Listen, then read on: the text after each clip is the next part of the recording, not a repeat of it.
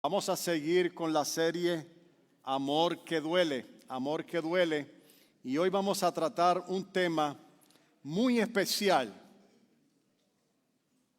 que la vamos a extraer del capítulo 8 de Juan, desde el versículo 1 al versículo 11. Si alguien necesita Biblia, por favor, levante su mano. Y uno de nuestros diáconos va a pasar alrededor de usted y le va a regalar esa Biblia para que se la lleve. Si usted ha venido hoy aquí con un corazón cargado, con un corazón trastocado por el pecado, por las críticas, por la condenación de los hombres a su persona, por favor, preste atención a lo que Dios tiene que decirle en esta mañana. Cristo, cuando vino a la tierra, nos vino a traer esperanza. Amén. Y de eso se va a tratar mi sermón esta mañana. El título es Cuando el amor cubre la vergüenza. Cuando el amor cubre la vergüenza. Y si es tan amable, por favor, busque en el Evangelio de Juan, capítulo 8, y vamos a leer 11 versículos. Y si lo tiene, por favor, en reverencia a la palabra, se pone de pie. Y así dice la palabra de nuestro Señor Jesucristo. Cada uno se fue a su casa y Jesús se fue al monte de los olivos. Y por la mañana volvió al templo y todo el pueblo vino a él y sentando él les enseñaba. Entonces los escribas y los fariseos le trajeron una mujer sorprendida en adulterio y poniéndola en medio le dijeron: Maestro, esta mujer ha sido sorprendida en el acto mismo de adulterio. Y en la ley nos mandó Moisés apedrear a tales mujeres. Tú, pues, ¿qué dices? Mas esto decía tentándole para poder acusarle. Pero Jesús, inclinado hacia el suelo, escribía en tierra con el dedo. Y como insistieran en preguntarles, se enderezó y les dijo: el que de vosotros esté sin pecado, sea el primero en arrojar la piedra contra ella. E inclinándose de nuevo hacia el suelo, siguió escribiendo en tierra. Pero ellos, al oír esto, acusados por su conciencia, salían unos a uno, comenzando desde los más viejos hasta los postreros. Y quedó solo Jesús y la mujer que estaba en medio. Enderezándose Jesús y no viendo a nadie sino a la mujer, le dijo: Mujer, ¿dónde están los que te acusaban? Ninguno te condenó. Ella dijo: ninguno, Señor. Entonces Jesús le dijo: ni yo te condeno. Vete y no peques más. Qué palabra más esperanzadora esa última que mi Jesús le respondió.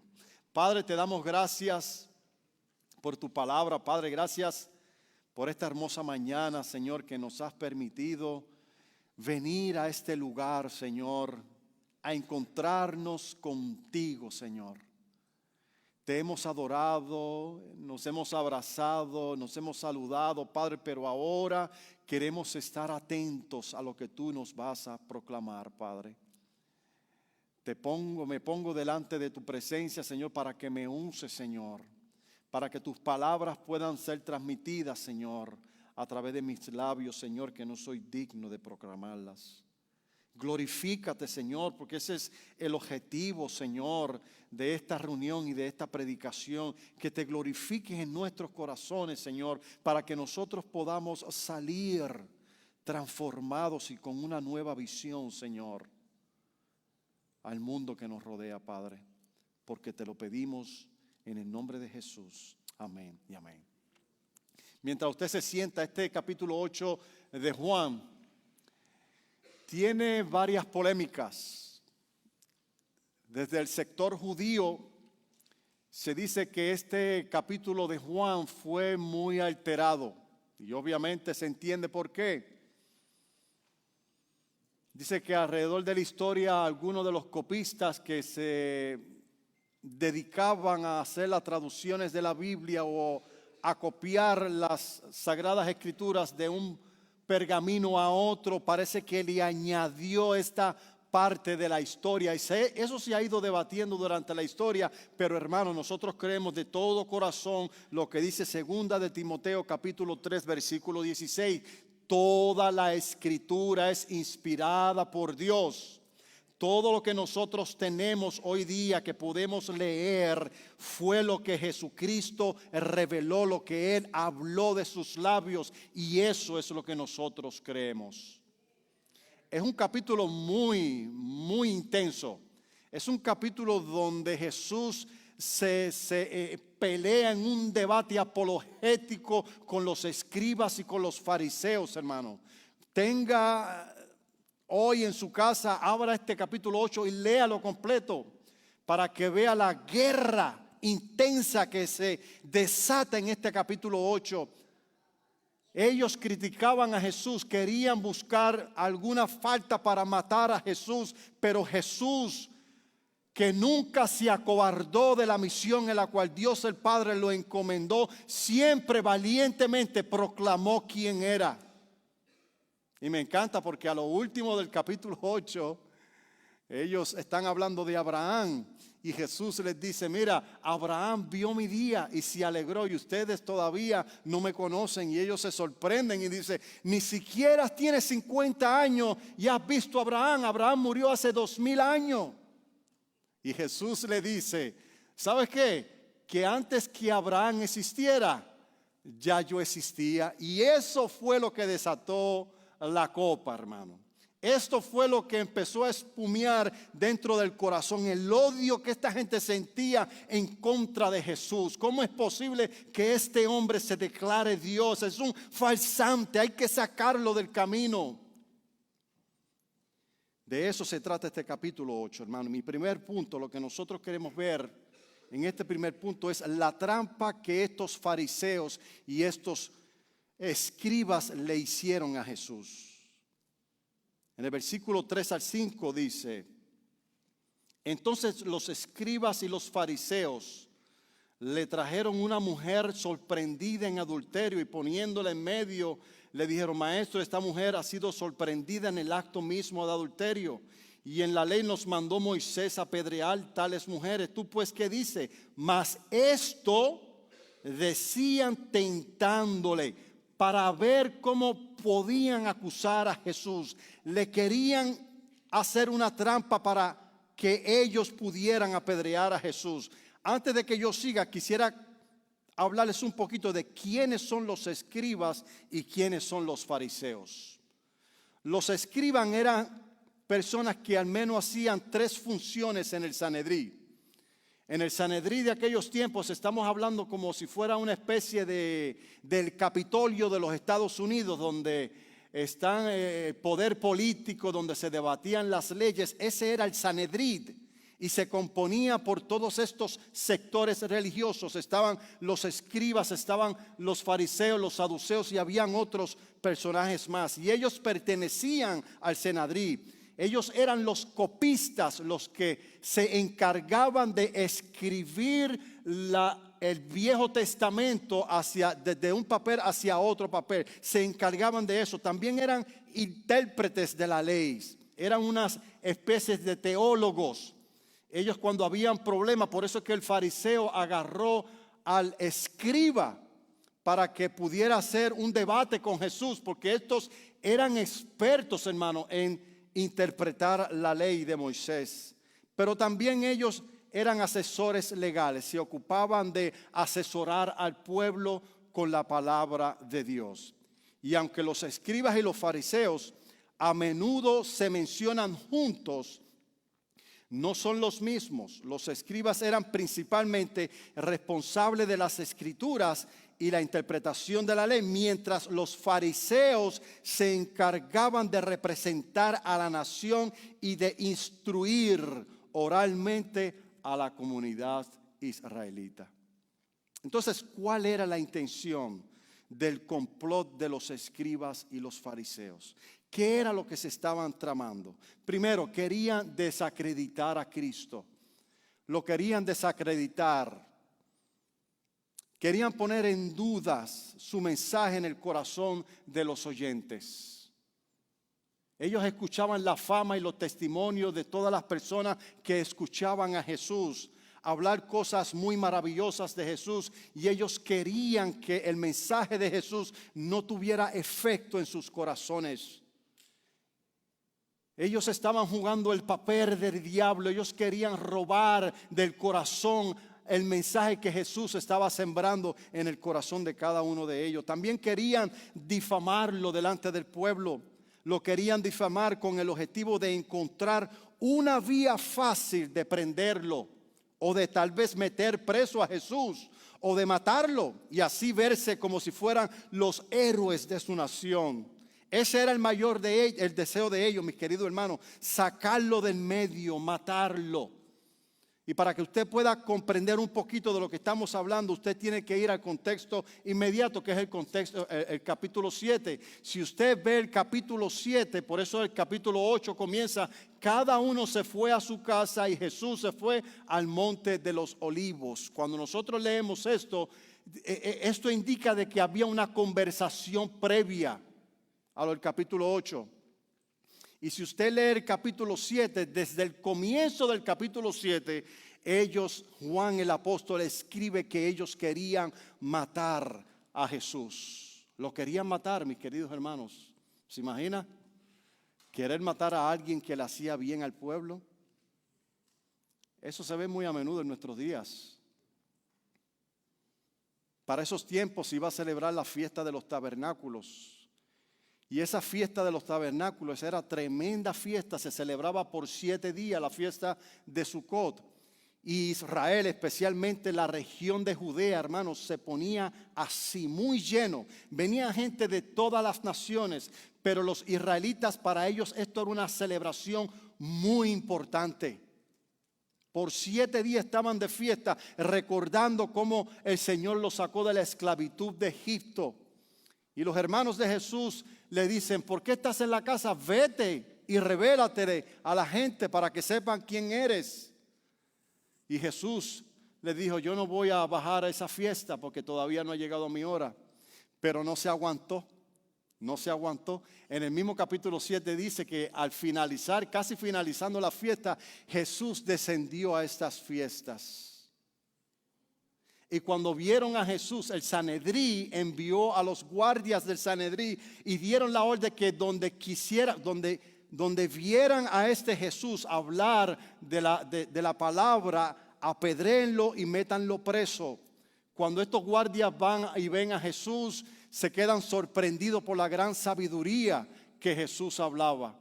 Cuando ellos regresan al Sanedrí con las noticias, los fariseos, los saduceos y los escribas le preguntan: ¿qué pasó con Jesús? La respuesta de ellos fue: nosotros hemos escuchado a este hombre y jamás hemos escuchado hablar a alguien como habla esta persona. Ahora se podrá imaginar cómo le cayó esto a los fariseos, que eran los que verdaderamente instruían al pueblo judío. Ellos envían a sus policías y sus policías regresan diciéndole: como este hombre no hay ninguno de ustedes que hable. Este tiene que ser un hombre de Dios. Y ahí se empezó a debatir. Y ellos empezaron a discutir entre ellos y se decían entre ellos: pero es que de Galilea no hay en las escrituras que se diga que de Galilea va a venir algún profeta de Dios. No lo hay. Se sabe que no conocían a Jesús porque Jesús, aunque era de la región de Galilea, Jesús nació en Belén de Judea. Y la profecía decía que de Belén de Judea, de la ciudad de David, iba a venir el Mesías. Pero ellos no conocían este punto. Jesús nació en Belén hasta los 3 años de edad. Hasta los 3 años. Luego el Señor lo llama y se lo lleva a Egipto. Ahí es cuando ocurre la matazón de los niños por manos de Herodes. El Señor mata a Herodes y después manda a buscar a su hijo. Y cuando Jesús viene con María y José, entonces se establecen en la región de Galilea, que es en el norte de Israel. Allá en una ciudad de Nazaret. De ahí la famosa frase, Jesús de Nazaret. Y resulta que en Nazaret, mis queridos hermanos, no es lo mismo que Judea. En Nazaret era una ciudad que se consideraba una ciudad de los inmigrantes. No eran judíos puros, eran ciudades gentiles.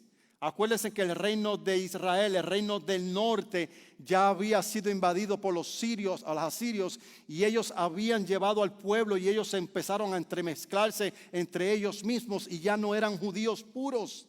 Y de allí es que desciende Jesús. Y aquí nosotros podemos ver, hermano, cómo nuestro Salvador se identifica con la gente del pueblo. Venía de Galilea y de Galilea no podía venir ningún profeta. Ahora que ellos reciben la noticia de los policías que no encontraron ninguna causa para prender a Jesús.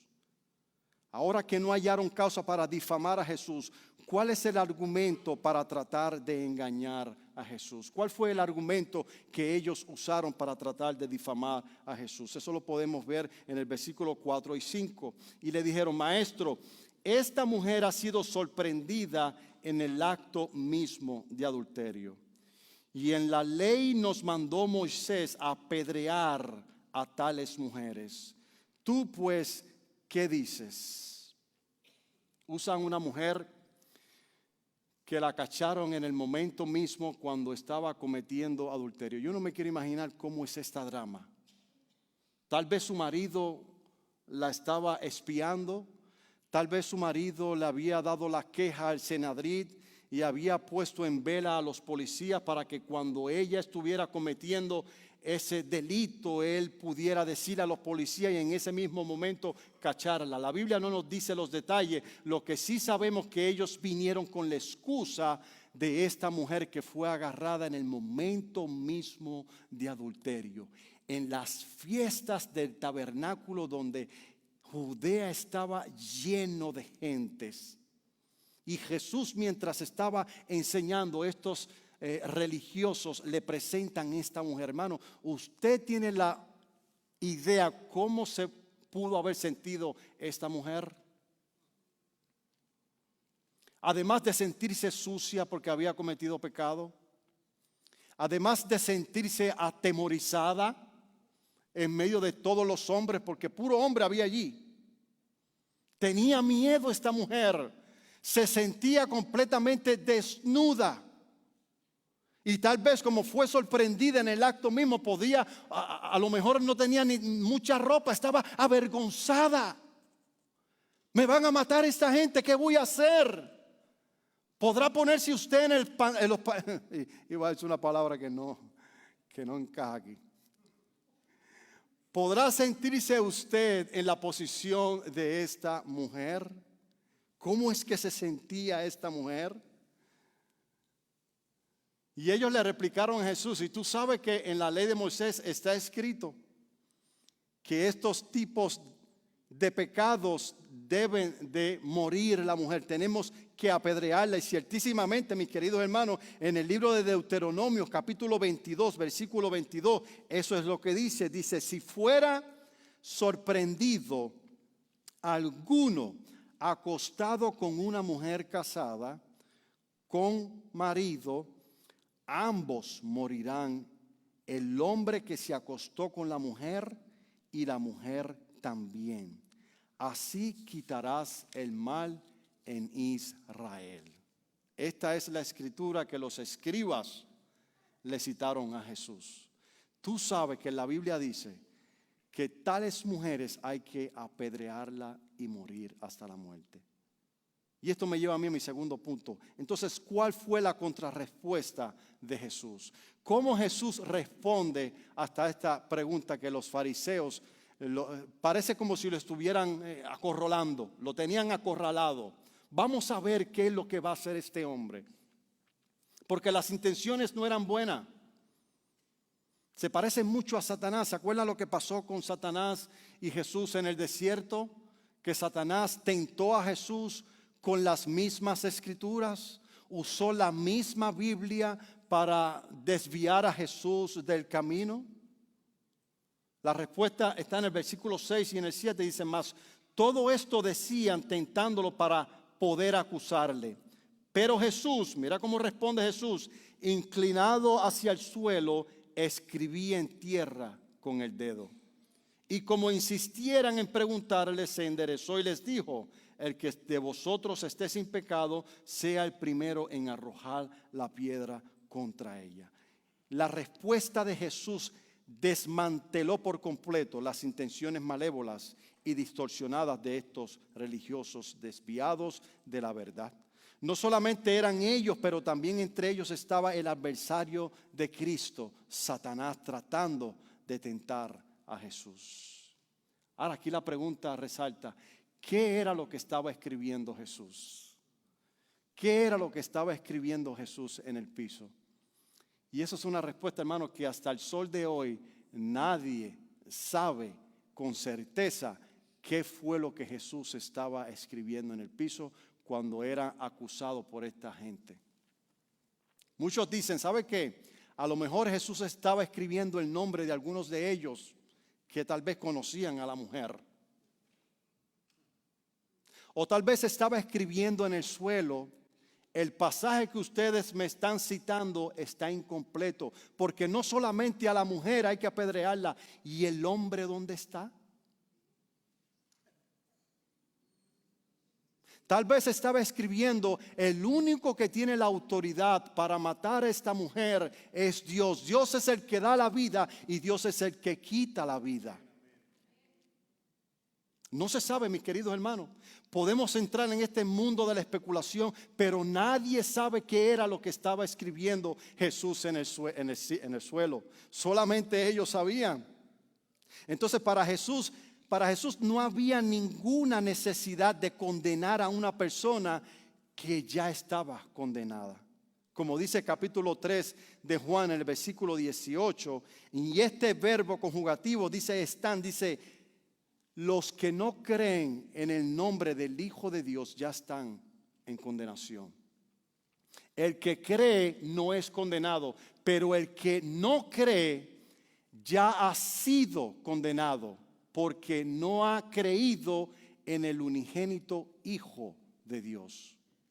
Y esta gente querían que Jesús condenara a una mujer que ya estaba condenada. No tenía sentido. Jesús sabía eso, pero los fariseos no sabían nada de eso. Estaban ciegos. No conocían la misión de Dios. Pensaban que conocían a Dios. Y eso es lo que pasa con un espíritu religioso, que piensan, creen que saben de Dios, pero no conocen a Dios. No conocen cómo piensa Dios. No saben cómo siente Dios. No están compaginados con el propósito de Dios. Y ese era el odio que esta gente tenía en contra de Jesús, porque ellos no compaginaban con Jesús, pero tampoco Jesús compaginaba con ellos y se los dejaba saber. En Romanos capítulo 3 versículo 3, mira cómo dice: por cuanto todos pecaron. ¿Cuántos pecaron? Todos, hermano. Todos hemos pecado. Y mira lo que dice: y están destituidos de la gloria de Dios. Esa palabra están está en presente. Está en presente. Es un verbo que está en presente. Si tú no tienes a Jesús en tu corazón, si tú no has nacido de nuevo, la Biblia declara que tú estás en condenación. Yo no tengo la necesidad ahora, desde este púlpito, condenarte, ni juzgarte, porque ya tú estás juzgado, ya tú estás condenado si no tienes a Jesús en tu corazón. Y en el futuro no recibirás condenación. En el futuro lo que recibirás es la paga de esa condenación. Hoy tienes oportunidad de arreglar ese asunto con Dios. Hoy el Señor te está diciendo: yo traigo para ti esperanza. Estás en condenación y yo soy el único que te puede perdonar. Yo soy el único que te puedo liberar de esa condenación. Ven a mí. Ven a mí, no lo dejes para después. Jesús es el único que podía condenar. Si alguien tenía la propiedad, si alguien tenía el atributo perfecto de condenar a esta mujer, era Dios mismo que estaba encarnado en la presencia de Jesús y no lo hizo. Pero yo quiero reforzar un poco más esta idea de que todos estamos condenados en Cristo. Mira lo que dice Romanos capítulo 3, versículos 9 al 12. Y este está fuerte, pero es la palabra de Dios. ¿Están ahí, hermanos? ¿Qué pues? ¿Somos nosotros mejores que ellos? En ninguna manera. Nosotros no somos mejores que los escribas ni que los fariseos. En ninguna manera. Pues ya hemos acusado a judíos y a gentiles que ¿qué? Que todos están bajo pecado. Todos están bajo pecado. Como está escrito, no hay justo ni aun uno. No hay quien entienda. No hay quien busque a Dios. Todos se desviaron a una, se hicieron inútiles. No hay quien haga lo bueno, no hay ni siquiera uno. Ni uno. Y tal vez usted estará diciendo, pero yo hago cosas buenas. Acuérdate que el que te está juzgando es Dios. Y esto lo estamos midiendo según los estándares divinos, no según los estándares del hombre. Nosotros podemos identificar a alguien cuando sabe hacer algo bueno y cuando sabe hacer algo malo. Pero esos son los estándares de nosotros secularmente hablando. Aquí el que te está juzgando es Dios. Tienes que ser tan perfecto como Dios para que entonces puedas ser bueno. Mientras tanto, todo lo que tú haces son obras muertas. Obras muertas que no tendrán ninguna recompensa cuando te toque estar delante de la presencia de Dios. Estoy hablando de personas que no han conocido a Cristo, personas que no son cristianas. Nosotros los cristianos ya estamos en el otro lado. Estoy hablando de personas que no tienen a Jesús en el corazón. La Biblia declara, mi querido hermano, en este segundo punto, que todos estamos en condenación. Y Jesús estaba bien enfocado en lo que Dios el Padre lo había enviado a hacer. No se dejó coaccionar por las artimañas de estos fariseos. Jesús sabía que las escrituras sí estaban en el libro de Moisés, pero las actitudes detrás de ellos eran malévolas. Y Jesús no se dejó coaccionar aún con la palabra escrita.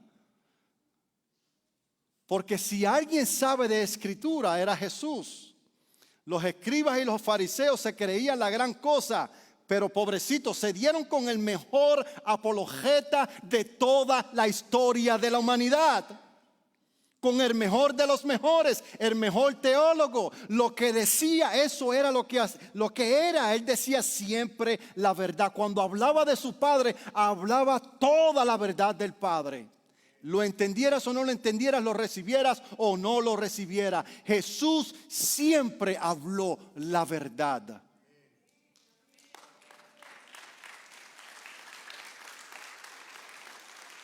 Si alguien conocía los secretos del cielo, los misterios, más misterios que aún los teólogos hoy no podemos descifrar, Jesús sí lo sabía. Jesús sí lo sabía. Y esto me lleva a mi último punto. ¿Cuál era la misión de Jesús entonces en este relato? ¿Cuál era la misión de Jesús? Porque ni aún la persona más competente, entre comillas, pudieron buscar una respuesta que ellos querían de Jesús. Entonces, ¿cuál era la misión de Jesús? Eso lo tenemos en el versículo 10 y en el versículo 11. Volvamos al pasaje. Dice así la palabra de Dios. Pero ellos, al oír lo que Jesús le había dicho, acusados por su conciencia, salían unos a uno, comenzando desde los más viejos hasta los postreros, y quedó Jesús solo y la mujer que estaba en medio. Enderezándose Jesús y no viendo a nadie sino a la mujer, le dijo: Mujer, ¿dónde están los que te acusaban? Ninguno te condenó. Y ella dijo, ninguno, Señor. Entonces Jesús se levantó del suelo, la miró fijamente a los ojos y le dijo, yo tampoco te condeno. Yo tampoco te condeno. Si alguien tenía para condenar a esa mujer en ese momento era Jesús, que era perfecto. Pero Jesús tenía su misión enfocada. Y esta es la idea central de este pasaje. Jesús viene a brindar una esperanza de salir libres de esta vergüenza del pecado y de la condenación del pecado. Como dice Juan 3:17, porque Dios no envió a su Hijo al mundo a condenar al mundo, sino para que el mundo fuese salvo a través de él. Esa era la misión de Jesús. Mira cómo dice el profeta Isaías en el capítulo 61, desde el 1 hasta el 3. Dice, el Espíritu de Jehová, el Señor, está sobre mí, porque me ungió Jehová. Y dice, me ha enviado a predicar buenas nuevas a los abatidos, a vendar a los quebrados de corazón, a publicar la libertad a los cautivos y a los presos apertura de la cárcel, a proclamar el año de la buena voluntad de Jehová y el día de venganza del Dios nuestro, a consolar a todos los enlutados, a ordenar que a los afligidos de Sión se les dé gloria en lugar de ceniza, óleo de gozo en lugar de luto, manto de alegría en lugar de espíritu angustiado, y serán llamados árboles de justicia, plantío de Jehová para gloria suya. Esa era la misión de Jesucristo.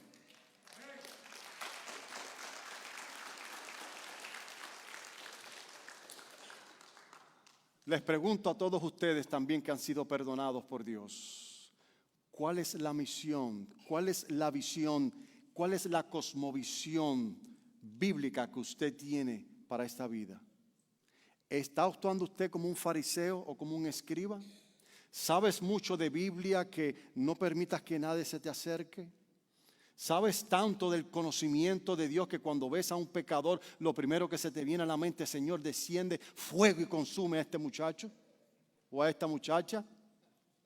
¿O tienes el corazón de Jesús? Todavía cuando ves a alguien que está luchando con sus pecados, cuando ves a alguien que ha sido trastocado con el pecado, lastimado, que está preso, que está atado por el diablo, oras con esa persona, le predicas, tienes paciencia, insistes en que Cristo puede sacarlo de ese lugar oscuro donde se encuentra. Estás en esa misión con Dios, porque esa es la misión de nuestro Señor Jesucristo. Gálatas capítulo 6 versículo 1 dice, hermanos, si alguno fuera sorprendido en alguna falta, como la mujer adúltera fue sorprendida en esa falta, vosotros que sois espirituales, restauradle con espíritu de mansedumbre, considerándote a ti mismo, no seas que tú también seas tentado. Y esa es la aplicación que nosotros podemos darnos de este pasaje que estamos estudiando. Ustedes que son fariseos, no dice así. Dice, ustedes que son espirituales, no actúen como los fariseos ni los escribas. Si ves a alguien, lo sorprendes en pecado, busca inmediatamente la restauración de esa persona. No lo condenes, porque ya la persona está condenada. La misión de Jesús que nos quiere transmitir a nosotros, mis queridos hermanos, es que nosotros seamos un puente de salvación, que podamos llevar a las gentes a Cristo Jesús para que se salven.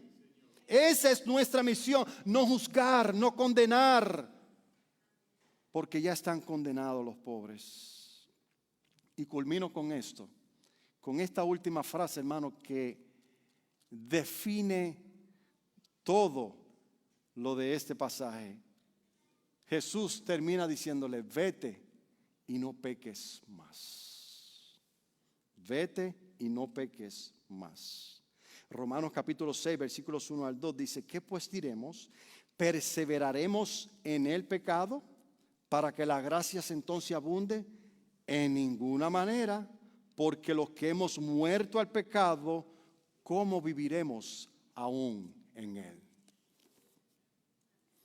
Cuando Cristo le dice, vete y no pecas más, esa mujer tan pronto se dio la vuelta, hubo un proceso de cambio en su corazón. El Espíritu Santo había venido a morar permanentemente en la vida de esa persona. Y como evidencia de ello, mis queridos hermanos, la vida de Cristo se tiene que ver reflejada en esa persona. ¿Quieres cambiar? ¿Quieres tener dominio sobre el pecado? ¿Quieres salir de esa prisión que te tiene en sus pies, te castiga todos los días? ¿Quieres ser libre? Necesitas al Espíritu Santo de Cristo que venga a morar en tu corazón. Y hoy Jesucristo te lo quiere dar a ti, a todos aquellos que abierta y públicamente quieran arrepentirse de sus pecados y quieran confesar a Cristo con fe. Cristo promete bautizarte con el Espíritu Santo de la promesa. Cristo promete darte el sello del Espíritu Santo como una promesa de que ahora le perteneces a Él. Porque es de la única forma, mi querido hermano, mi querido amigo que me escucha, que tú vas a cambiar, que tú vas a responder como esta mujer cuando Jesús le dijo, vete y no peques más. De la única forma que tú puedes virarte y continuar hacia tu vida y no vivir en pecado es si tienes a Jesús morando en tu corazón.